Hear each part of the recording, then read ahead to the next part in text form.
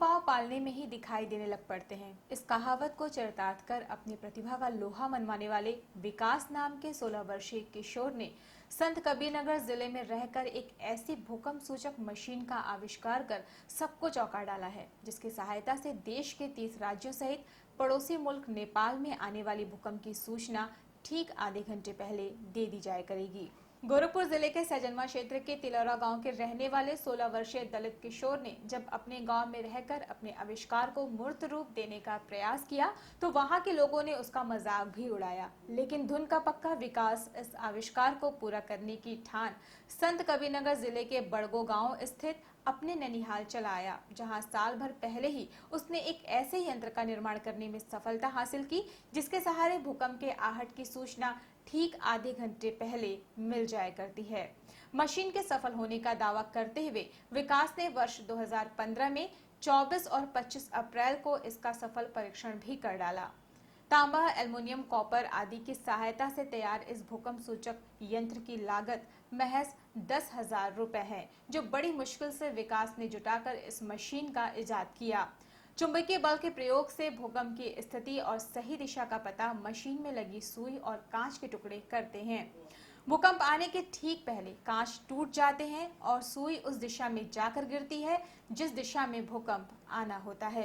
बिजली की सहायता से चलने वाले इस मशीन के निर्माण के बाद विकास ने भूकंप जैसी आपदा आने से पहले लोगों को सचेत करने वाली मशीन को जब और अधिक विकसित करना चाहा तो आर्थिक मुसीबतें उसके सामने मुंह बाए खड़ी मिली।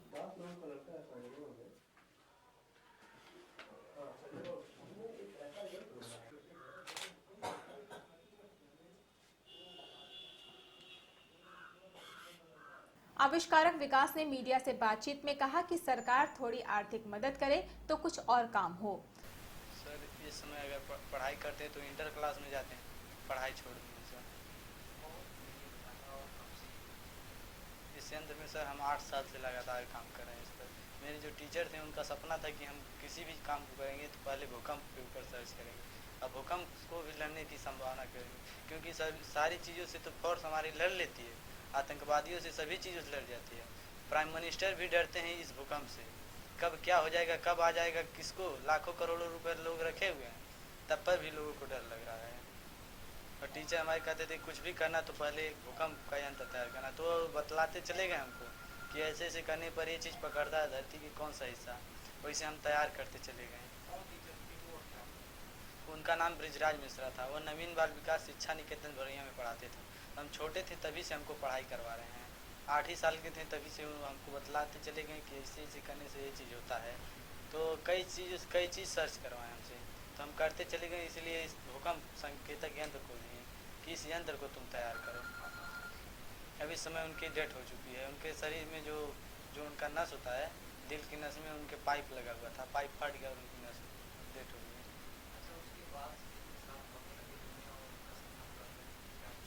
तब से हमको सर 8 साल पूरा हो चुका तैयार करने में, और तैयार भी हुआ, जिसे अभी इसमें कुछ बाकी भी पार्ट बचे हुए हैं जिसे हमें पूरा करना है। अभी उसमें पैसे की खर्चा आ रही हैं, इसीलिए हम लोग इसे छोड़ दिए हैं।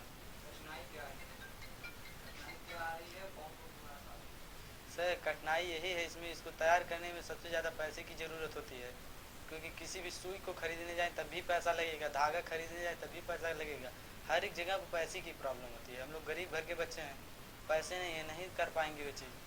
मदन मोहन मालवीय टेक्निकल विश्वविद्यालय के कुलपति डॉक्टर ओंकार सिंह यादव ने कहा कि इस बात की जानकारी उन्हें नहीं है, लेकिन जल्द ही उक्त किशोर से संपर्क किया जाएगा। तो मुझे आपके माध्यम से जानकारी हुई कि किसी बच्चे द्वारा इस प्रकार के यंत्र का निर्माण किया गया है।